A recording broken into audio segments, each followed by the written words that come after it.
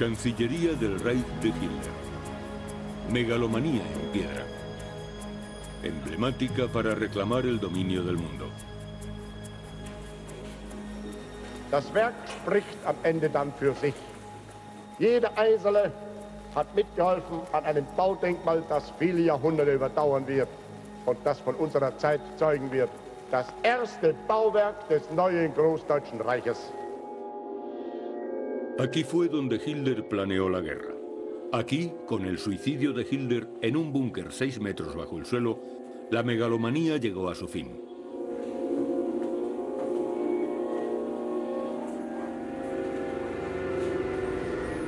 La nueva Cancillería del Reich, construida para la eternidad, después de la guerra fue erradicada por completo y aún permanece envuelta en mitos, leyendas y secretos.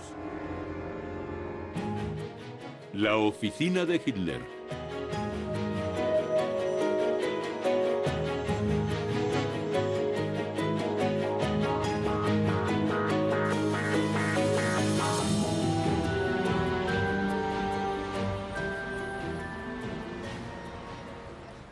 El centro de la capital alemana, Berlín, entre el Memorial por el Holocausto y Potsdamer Platz. Desde aquí el Imperio alemán fue gobernado durante décadas.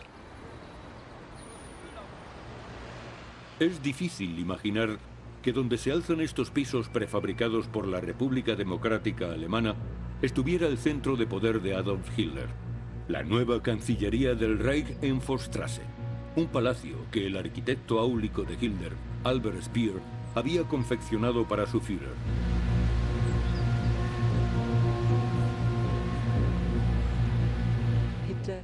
Hitler dijo: como canciller imperial, en este edificio soy igual que cualquier emperador, que cualquier gobernante. Monumental, rectangular, de perfiles duros. Mucha piedra sin ornamentación y con poco color. Un edificio diseñado para que la gente se sintiera como una hormiga. Arquitectura como escenario de un implacable y calculador poder total.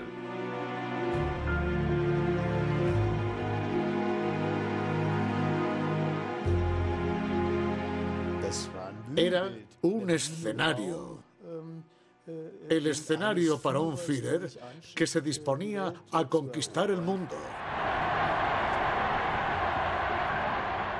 El centro de poder en el que Hitler celebraba sus triunfos y en el que puso fin a su vida con un disparo de pistola.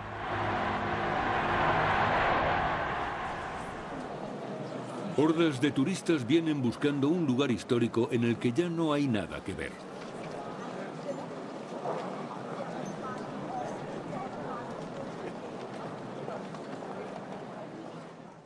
Fue la parte más oscura del poder.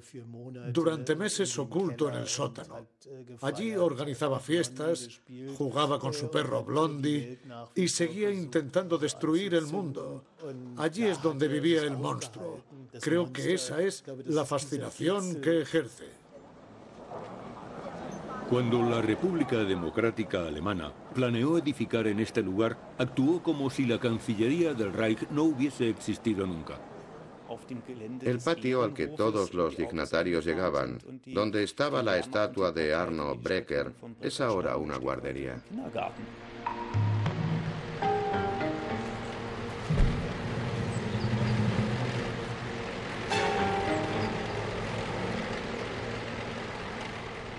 Los restos del búnker principal, precisamente donde Hitler se disparó, se encuentran al lado de un aparcamiento.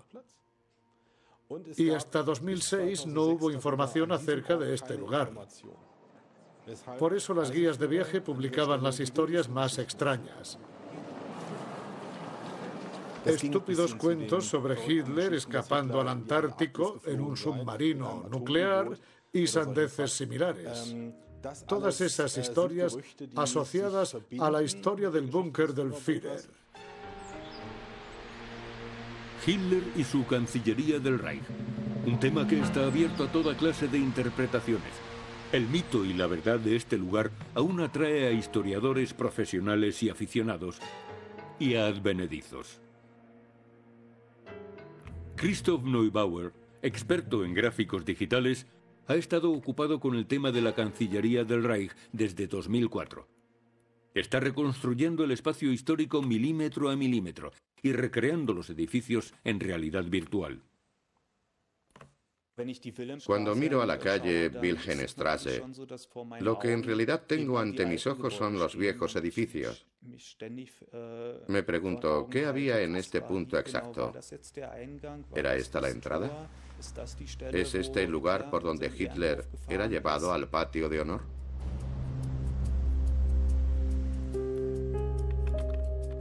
Es posible reconstruir hasta el último detalle del edificio que tenía más de 400 metros de largo y 22 de alto. Christoph Neubauer tiene muchos problemas. Hay toda clase de datos sobre el espesor de la cubierta, características arquitectónicas y cosas así.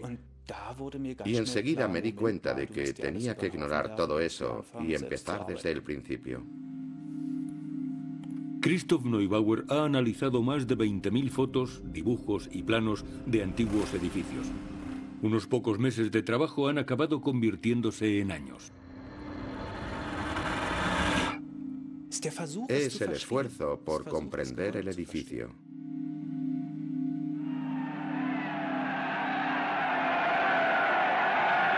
Ninguna fuerza del mundo me sacará de aquí vivo.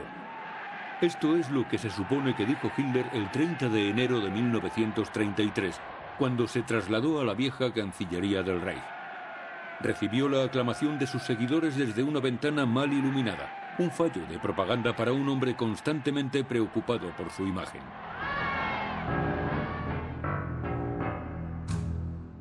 La vieja Cancillería del Reich en Wilhelmstraße. Solo 5 años antes, el edificio había sido enormemente ampliado con la adición de un anexo, pero seguía siendo demasiado pequeño para Hitler.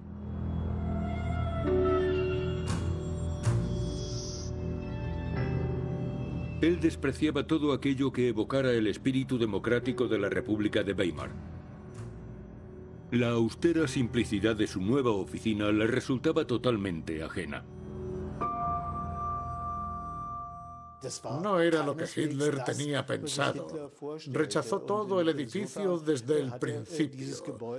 Como mucho, pensaba, podrían ser las oficinas de una fábrica de jabones. Detrás de la fachada de la vieja Cancillería, el nuevo hombre fuerte había decidido ya remodelar todo para conseguir sus exigencias. El primer cambio exterior fue el añadido de un balcón. Desde 1935, Hitler pudo por fin mostrarse adecuadamente como gobernante ante su gente.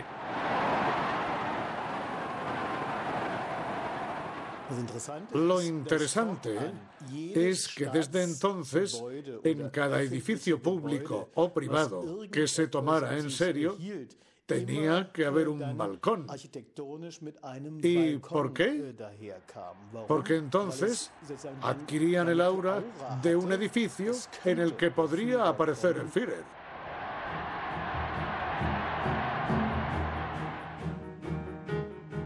Inmediatamente decoró el interior de la vieja Cancillería, en uso desde 1875, con símbolos de la nueva era.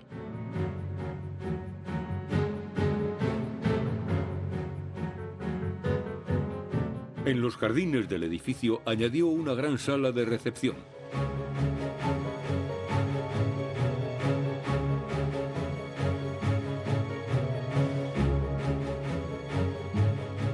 Lo que no se sabía era que se construyó un refugio antiaéreo bajo esta nueva sala, un secreto de Estado.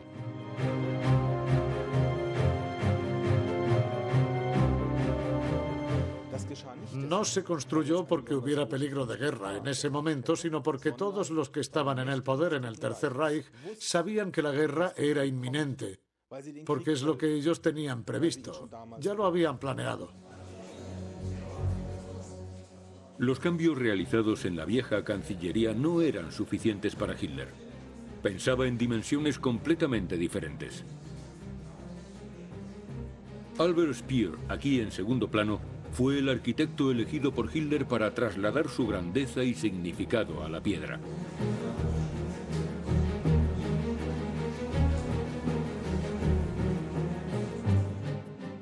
plano diseñado por el propio Hitler en 1935. El nuevo edificio superaba al viejo centro de poder en muchos cientos de metros. Él quería grandes estancias, quería una sala de recepción, quería un despacho. No estaba interesado en nada más, solo en su propia grandeza. Speer, designado personalmente por Hitler como inspector general de edificios, estaba para satisfacer los deseos de monumentalidad del Führer. Speer siempre se esforzó en intuir los deseos de su Führer y de hacerlo un poco mejor. Si Hitler pedía 100 metros, Speer podía volver con 120 diciendo: mire, lo he hecho un poco más grande, siempre buscando una palmadita en la espalda. La vieja Vossstraße viniendo desde Wilhelmstraße. Hitler había planeado inicialmente construir hasta la mitad de la calle. Speer quería utilizarla entera.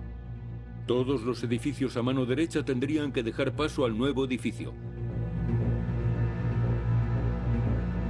Speer concibió el enorme palacio como un complejo, pero no estaba seguro de que los dibujos provocaran el efecto deseado en Hitler. La solución fue construir maquetas. Albert Speer usó las técnicas de la industria cinematográfica. Adoptó los métodos de escenarios de la industria para sus modelos. Fue un gasto descabellado de recursos. Maquetas de tamaño natural fueron construidas in situ. Así podían ver rápidamente lo que debía ser modificado o si las proporciones eran adecuadas. Speer tenía confianza. En 1938 comenzaron los trabajos. La fecha de finalización se fijó para 1940. Pero este calendario, ya de por sí ajustado, se recortó aún más una vez que los planes secretos de guerra de Hitler se concretaron. La inauguración del nuevo edificio fue en enero de 1939.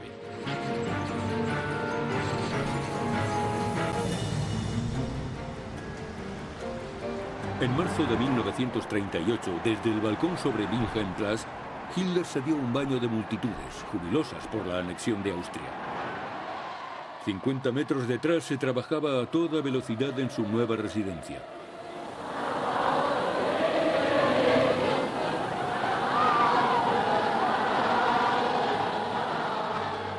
$4.500 obreros de la construcción trabajaban a jornada completa. Los materiales fueron traídos desde todas partes del país. El dinero no era problema. La rapidez era lo prioritario.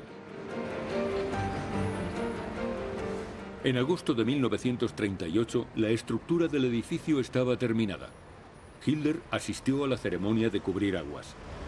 Das ist jetzt, meine Volksgenossen, kein amerikanisches Tempo mehr, das ist jetzt schon das deutsche Tempo. Hitler preparó su aparición frente a los diplomáticos de todo el mundo en la celebración de Año Nuevo. Sin tapujos, reveló el efecto que estaba esperando. Sie werden auf dem langen Weg vom Eingang bis zum Empfangssaal werden Sie schon etwas abbekommen von der Größe des Deutschen Reiches.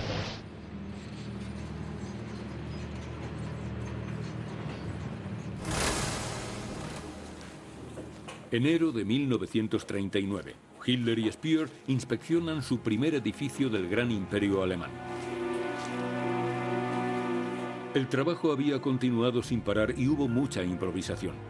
Pero la maquinaria de propaganda estaba entusiasmada con el nuevo palacio, entusiasmada con la velocidad de construcción alemana. Die Reichshauptstadt hat nach dem Willen des Führers einen neuen repräsentativen Großbau erhalten. Nach einer Bauzeit von 9 Monaten ist jetzt die neue Reichskanzlei fertiggestellt worden. Se suponía que Speer había planeado, organizado y construido todo en 9 meses. Una leyenda que se mantuvo durante décadas. En realidad, la planificación había empezado en 1936. Querían representar de forma evidente la determinación, la formidable naturaleza y el enorme poder del nuevo régimen. Y desde luego, a un ritmo normal de construcción, esto no se habría podido hacer.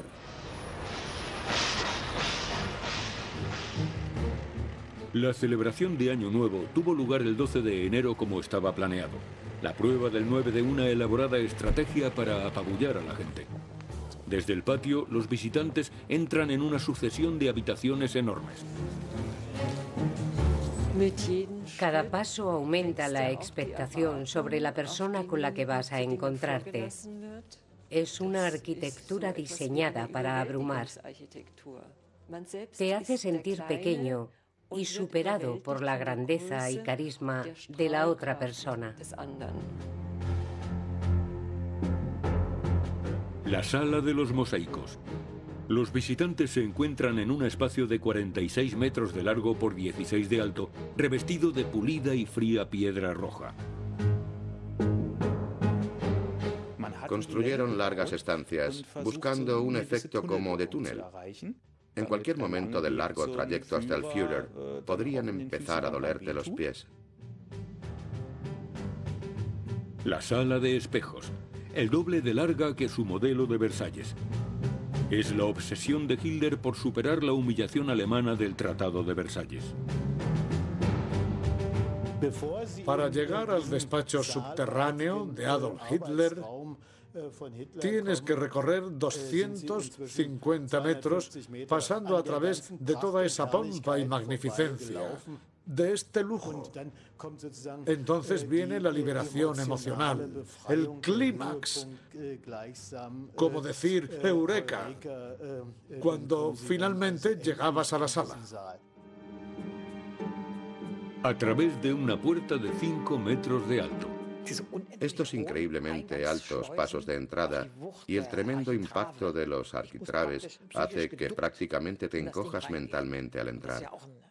Y ese es el efecto deseado, el encogimiento de quienes tienen que venir a tratar cualquier cosa.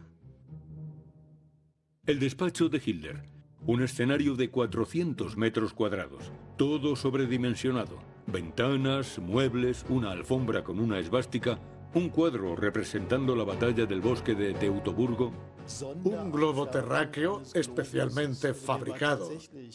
Era realmente más grande de lo normal. O la mesa de los mapas, donde podías desplegar el mundo entero en mapas. Ninguna de estas cosas estaba realmente destinada para trabajar. No eran sino decoración, sino el escenario donde se representa cómo conquisté el mundo. El punto focal de la sala, el colosal escritorio de 3,5 metros de largo, decorado con representaciones de Marte, el dios de la guerra. No conozco ninguna foto de Hitler sentado tras su escritorio. Eso habría hecho demasiado obvia la diferencia de tamaño entre Hitler y los desproporcionados muebles. Una ironía de la historia. Sus delirios de grandeza empequeñecían al Führer.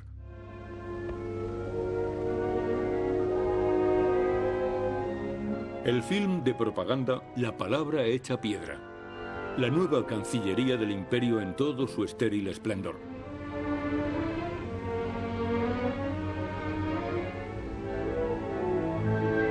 Salas vacías de gente. Pura arquitectura respaldada con música.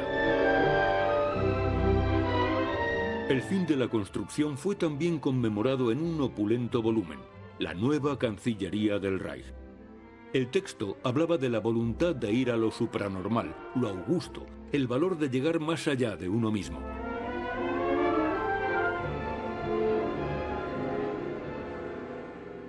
El jardín de la nueva Cancillería, un palacio diseñado para un caudillo. Un templo del nacionalsocialismo. Las columnas ante el despacho de Hitler utilizaron capiteles dorados. Pero detrás de la fachada había abundantes defectos.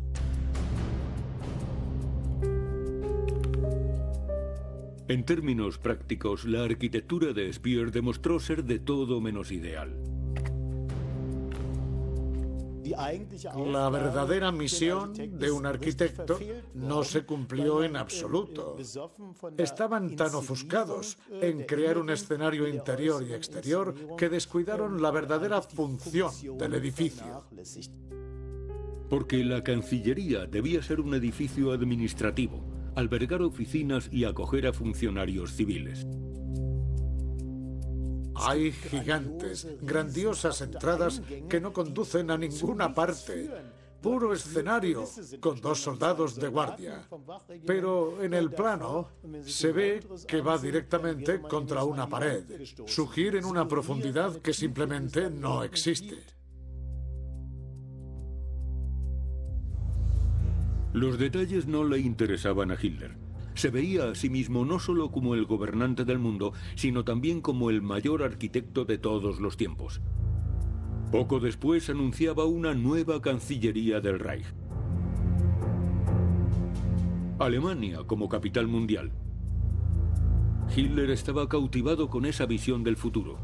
Junto con Speer, planificó edificios para después de las grandes campañas militares. A medida que Hitler sumergía al mundo en la guerra, por un momento pareció que podría lograr sus sueños de dominación. Uno de sus grandes triunfos fue la derrota de Francia, que celebró imperialmente en Berlín.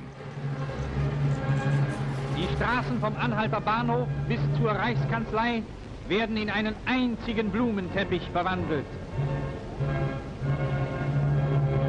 Jeder will dabei sein, jeder will dem Führer seinen persönlichen Dank darbringen.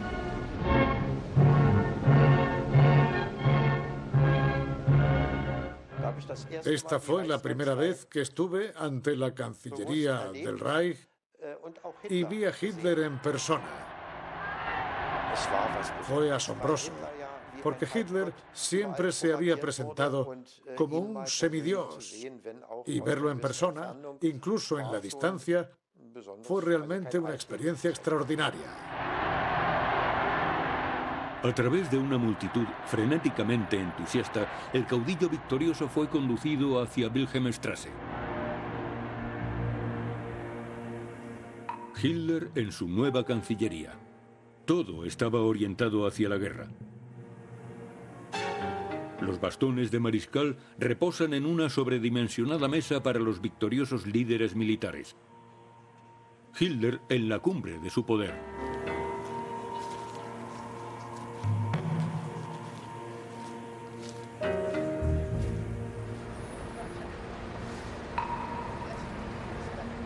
En su nueva Cancillería, Hitler recibe a sus aliados.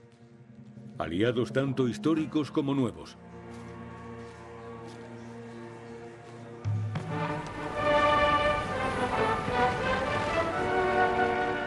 El ministro de Exteriores soviéticos, Molotov, también visitó Berlín en noviembre de 1940. Desde el sorprendente pacto Hitler-Stalin, los que fueran una vez archienemigos ahora parecían estar en el mismo bando.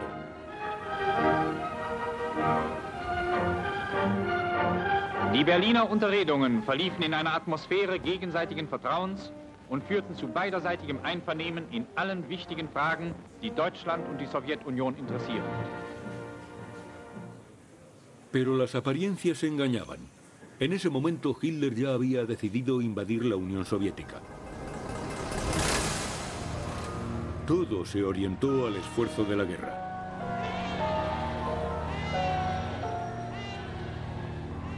La campaña propagandística para movilizar todos los recursos para el frente incluyó a la propia Cancillería del Reich.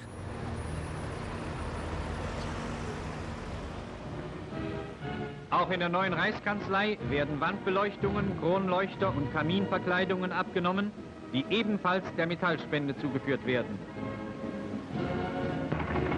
Die gesammelten Gegenstände werden mit Lastwagen zu den Stadthäfen gefahren. Von dort aus gelangen sie auf dem Wasserwege zu den großen Hüttenwerken.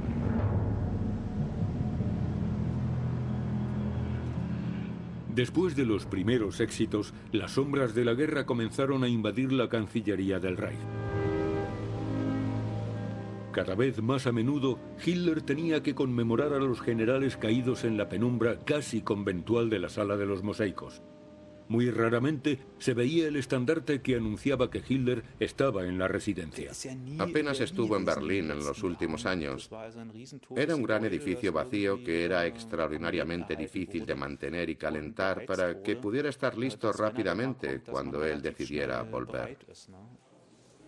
Después de lanzar la campaña de Rusia en 1941, Hitler pasó gran parte de su tiempo en su cuartel general del este de Prusia, o en lo alto de los Alpes, en Berghof, su retiro de montaña, en compañía de Eva Braun, que estaba a su lado desde 1936. A ella le gustaba hacer películas domésticas. Hitler con una lupa. Hitler con Speer.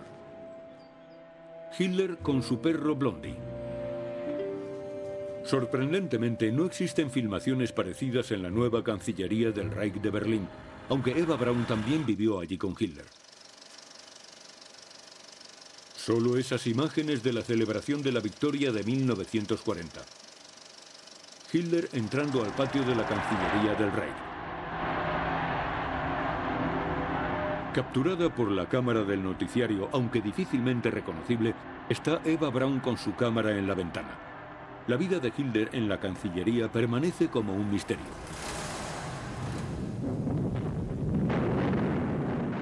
...1943...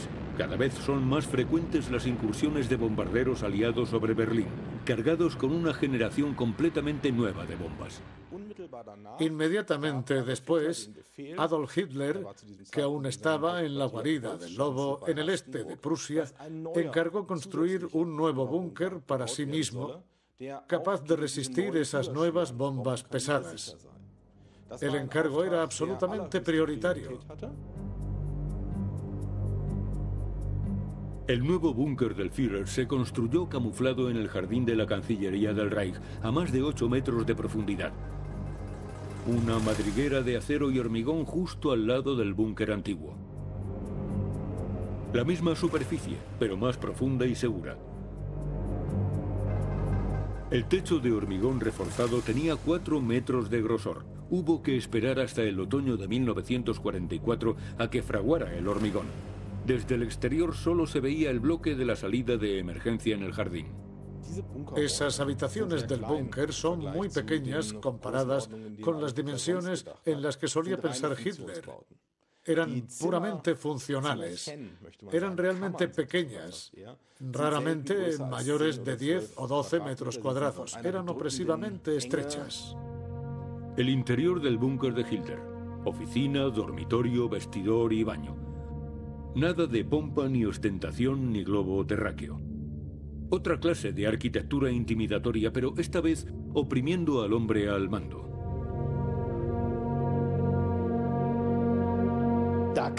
Ya, no se trataba de impresionar al mundo. Era simplemente una cuestión de resistir lo máximo posible. Nada más.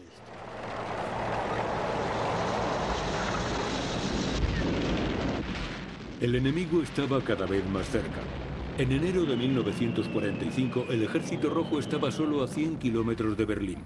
El asalto a la capital del Imperio Alemán comenzó. Hitler se hizo cargo de la defensa de la ciudad.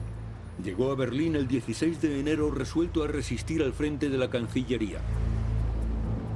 2 días después, las últimas reservas de Hitler fueron emplazadas ante la Cancillería del Reich. El 18 de enero yo estaba en Wilhelmplatz, con menos de 15 años de edad, en la guardia doméstica, los llamados Volkssturm, o soldados del pueblo. Aquel día, cuando estaba próxima a la derrota, Goebbels lanzó una arenga.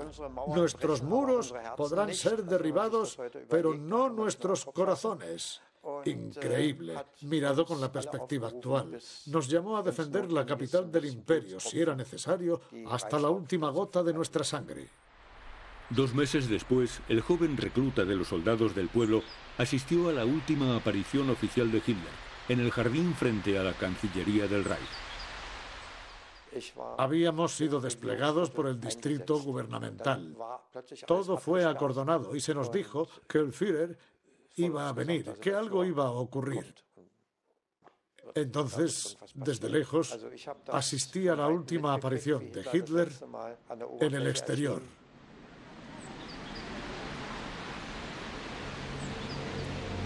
Un visiblemente afligido Führer retornó a su guarida de hormigón donde se había retirado con Eva Braun a principios de marzo.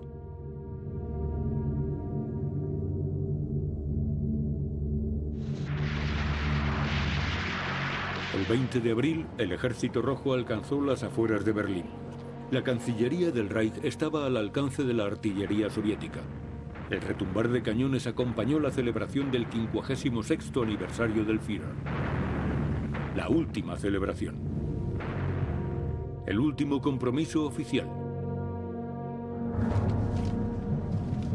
El libro de visitas fue abierto por última vez. Dado por perdido durante mucho tiempo, meticulosamente actualizado desde enero de 1939, recoge la última visita, el embajador de Tailandia, el 20 de abril de 1945. La última foto de Hitler. Hay opiniones distintas sobre dónde fue tomada exactamente en la Cancillería del Reich. Es muy probable que esté subiendo desde el búnker, subiendo por las escaleras al viejo búnker y luego a su apartamento en el comedor. Sabemos que la penúltima foto fue tomada allí porque los muebles del fondo han sido identificados. Así que la siguiente pudo haber sido tomada cerca de la entrada del invernadero. Esa es mi opinión por el momento.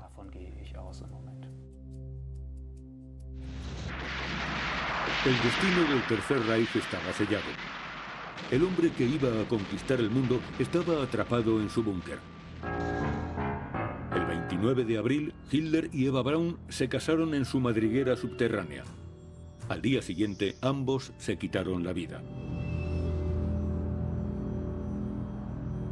Aus dem Führerhauptquartier wird gemeldet, dass unser Führer Adolf Hitler heute Nachmittag in seinem Befehlsstand in der Reichskanzlei bis zum letzten Atemzuge gegen den Bolschewismus kämpfend für Deutschland gefallen ist. La última mentira desde la Cancillería del Reich. El 2 de mayo, el general Weidling, comandante en jefe para Berlín, se rinde. Poco antes, sus subordinados han buscado refugio en los sótanos de la Cancillería.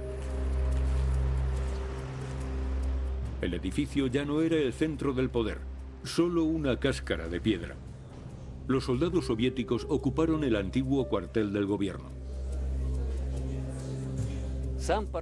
La entrada era apabullante de ver. Parecía un edificio de 10 pisos. Como ser humano, te sentías como un pequeño insecto ante ella. Las columnas eran enormes e imponentes. Cuando entré en el despacho de Hitler, el tamaño de todo me impactó. La distancia desde la puerta hasta el muro exterior parecía ser de cerca de 50 metros. Había un gran escritorio, como un campo de fútbol, y en la esquina trasera, un globo terráqueo enorme. Fui a ver la distancia desde Stalingrado a Berlín, mi travesía. Los conquistadores de la Cancillería del Reich celebran su triunfo sobre Hitler. Al mismo tiempo, nuestro servicio secreto estaba allí buscando a Hitler. Primero se descubrieron los cadáveres de Goebbels y su esposa. Los cuerpos de sus 6 hijos que habían sido envenenados fueron encontrados al día siguiente en el búnker. Pero ¿qué pasaba con Hitler? En ese día, el 2 de mayo, los soviéticos parecían haber visto todo lo que había. Un cuerpo que se parecía a Hitler. Pero el hombre llevaba calcetines zurcidos. Se llevó a cabo una investigación, un proceso inusual de identificación. El general Badis cogió una hoja de papel y la dividió por la mitad. Entonces a todos los soldados alemanes apresados se les mostró el cadáver y se les preguntó, ¿este es Hitler o no? Todos los que decían que sí era Hitler fueron apuntados en la hoja de la izquierda. Aquellos que dijeron que no, en la derecha. No era Hitler. 2 días después, en un cráter cercano al búnker, un equipo encontró restos humanos. Los cadáveres de un hombre, una mujer y un perro. Después de los análisis, los forenses estuvieron seguros de que habían identificado a Hitler. Stalin fue inmediatamente informado. Para el resto, la muerte de Hitler permaneció en secreto, dando lugar a tremendas especulaciones. El New York Times incluso publicó carteles de "Se busca" de Adolf Hitler, presentando diferentes aspectos, sin bigote, con diferentes bigotes, con barba, mostrando cuál podría llegar a ser el aspecto de Hitler. El presidente de Estados Unidos, Harry S. Truman, inspeccionó el lugar donde el dictador había encontrado su fin. Stalin no visitó la Cancillería del Reich. ¿Por qué no? Una incógnita aún hoy. Pero al final sus más cercanos colaboradores, Molotov, que había estado a finales de 1940, y el jefe de la policía secreta, Beria, visitaron el sitio.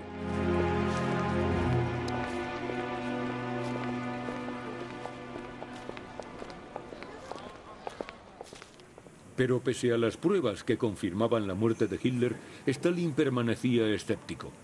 Hitler ya le había engañado una vez, cuando rompió el pacto de no agresión de 1941. Stalin estaba preocupado porque Hitler podía hacerle pasar por tonto de nuevo con alguna treta ingeniosa. Por ello, Stalin dio órdenes repetidamente de que todo se examinara una y otra vez hasta alcanzar la certeza absoluta. En 1946, un año después de que los especialistas soviéticos hubieran reunido todas las pruebas, las ruinas de la Cancillería del Reich fueron examinadas de nuevo. Bajo el nombre en clave de Mito, el lugar fue completamente cartografiado y fotografiado por el servicio secreto soviético.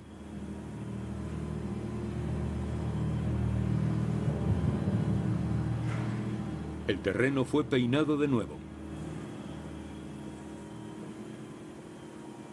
Con éxito. En el cráter de la bomba, donde los restos de Hitler y Eva Braun fueron encontrados, también se pudo encontrar otra pieza del cráneo de Hitler con una herida de bala. El cráneo desapareció en un archivo secreto de Moscú. ¿Iba a convertirse el fin de Hitler en un secreto de Estado? El agujero de bala podría haber aclarado para siempre la duda de cómo murió Hitler. Pero la herida de bala contradecía la leyenda soviética de que Hitler había sido demasiado cobarde para dispararse. Al final de la época soviética, la teoría era que Hitler había muerto envenenado. Permanece la duda de que el cráneo fuera genuino. Más pruebas de una muerte sangrienta. Parte del sofá en el que Hitler murió.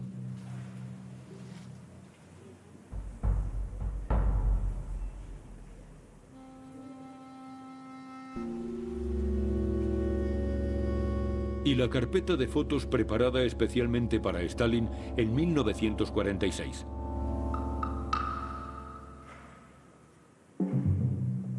Estas fotos ayudaron a convencer a Stalin de que Hitler estaba muerto, pero sus dudas permanecieron.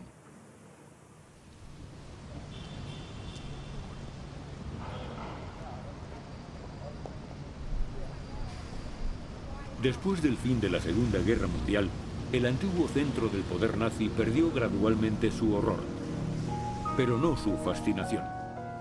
Con la ocupación de la antigua capital imperial por los aliados, la primera oleada de turistas de posguerra se puso en marcha entre los escombros. Excepcional filmación en color de soldados americanos.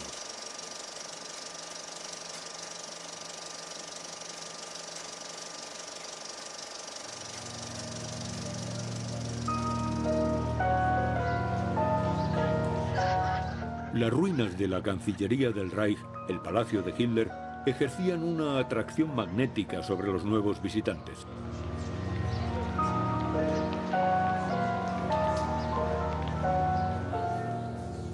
Mientras tanto, el arquitecto del ostentoso edificio, Albert Speer, fue juzgado por crímenes de guerra en Nuremberg, aunque salvó la vida. En su camino a prisión, pudo ver su trabajo desde el avión, en ruinas, pero todavía identificable.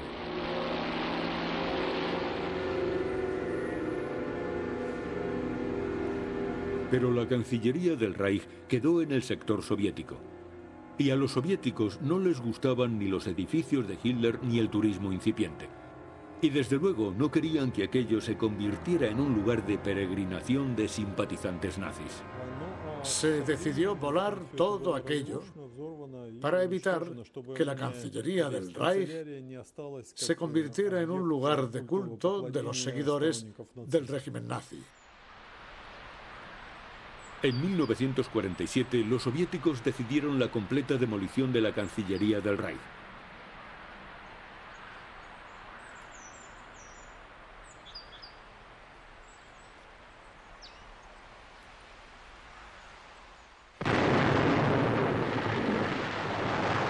Pedazo a pedazo, todo vestigio de la Cancillería del Reich desapareció.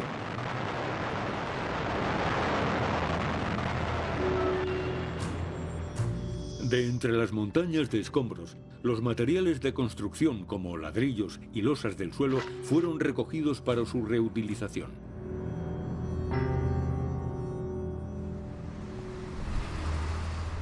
Durante años existió el rumor de que el mármol usado en la estación de metro de la antigua Wilhelmplatz, que fue reabierta en 1950, eran los restos de la Cancillería del Reich.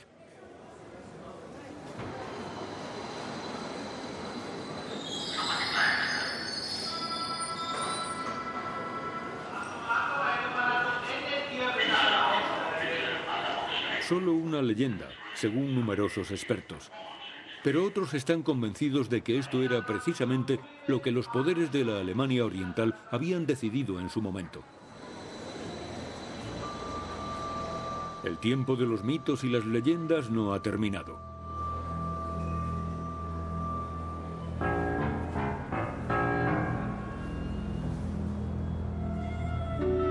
En 1950, el ostentoso edificio de Albert Speer había desaparecido del paisaje urbano de Berlín.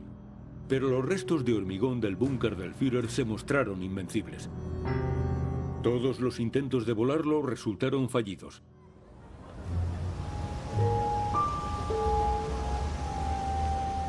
Al final, los restos de hormigón fueron simplemente enterrados. Cuando se levantó el muro de Berlín en 1961, el lugar de la Cancillería de Hitler desapareció en la tierra de nadie. Toda la zona envuelta en leyendas cayó en un largo periodo de hibernación tras una barrera de alambradas y hormigón. Durante mucho tiempo, en la Alemania Oriental comunista nadie se interesó por la Cancillería del Reich. En 1968, los periódicos de la Alemania Occidental informaron de que había túneles subterráneos debajo del Parque Tiergarten, lo que era cierto. Quizás también hubiera conexiones con el Berlín Este, que estaba solo a unos cientos de metros. Inmediatamente, el ministro de Seguridad de la Alemania Oriental puso en marcha una comisión de alto nivel para investigar las instalaciones subterráneas. La Stasi excavó toda la sección de la frontera, desvelando la mayoría del extenso complejo de túneles y búnkeres.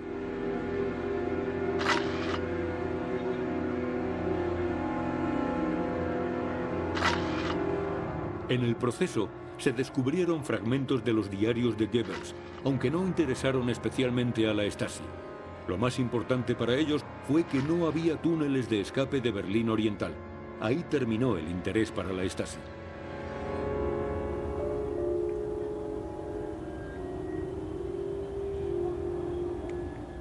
En los 80, el problema del complejo del búnker en la frontera resurgió.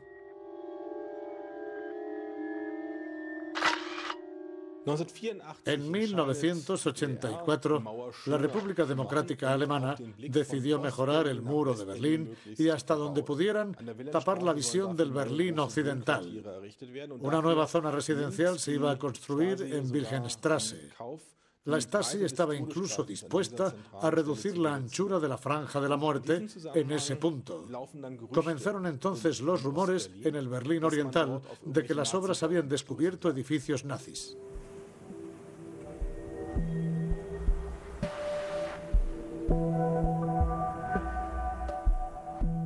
En mayo de 1988, el artista de Berlín Oriental, Edhard Sayer, supo de las estructuras subterráneas y decidió ir a ver qué estaba pasando.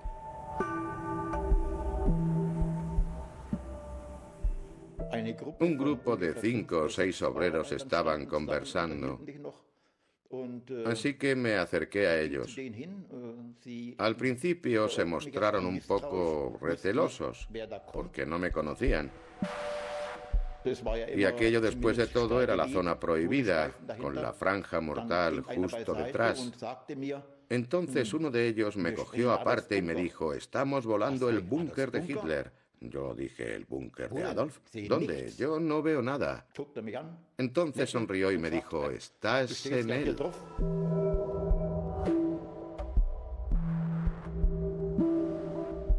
Edhard Sayer decidió hacer una peligrosa expedición al pasado, equipado con una cámara, cinta métrica y material de dibujo.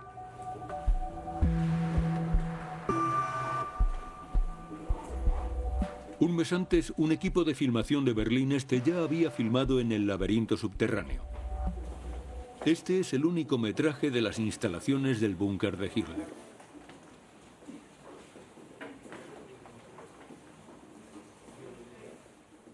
Era escalofriante aquel sótano, el silencio, solo el ruido de agua goteando. Era fantasmal, en cierto modo. Y siempre ese mismo sonido.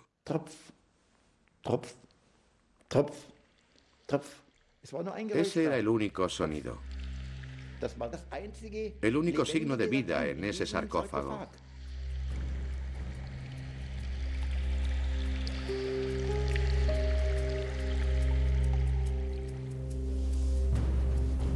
El lugar ha perseguido a Edhard Sayer desde entonces.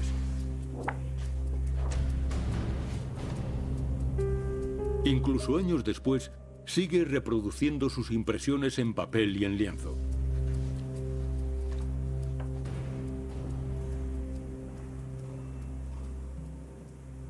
Una bodega de la Cancillería del Reich.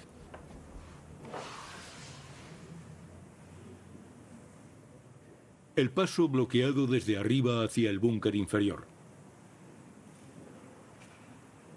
Todavía sobreviven los apliques de luz, cables, puntos de hormigón reforzado, tuberías, todo del búnker de Hitler.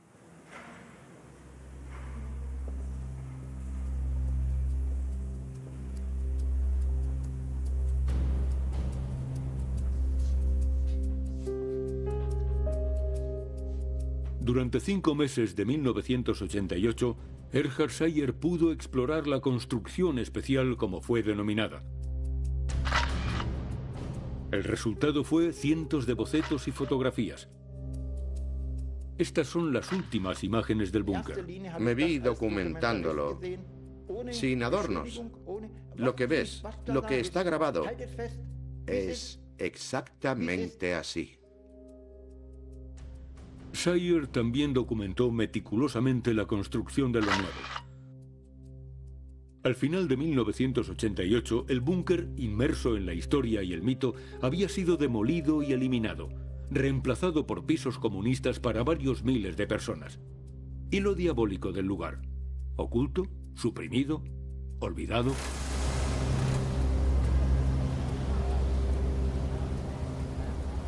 Con la caída del muro, el lugar volvió a estar en el corazón de Berlín otra vez.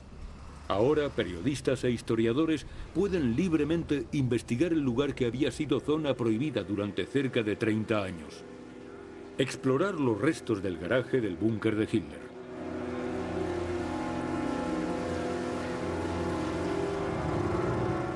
La historia salta sobre ti, te corta la respiración. Realmente me cortó la respiración. De repente es tan real, tan inmediato.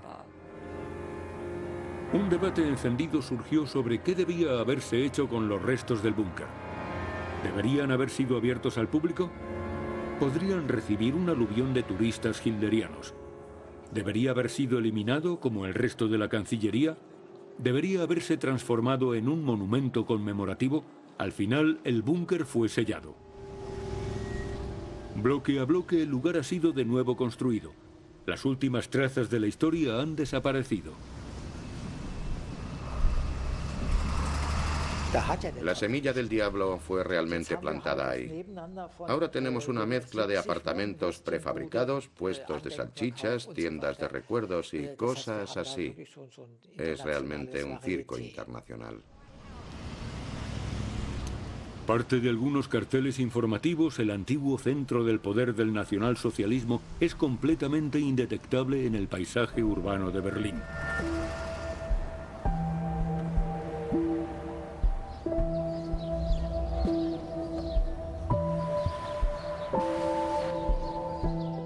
Ninguna otra ciudad ha sido marcada por la fragmentación de la historia alemana como Berlín.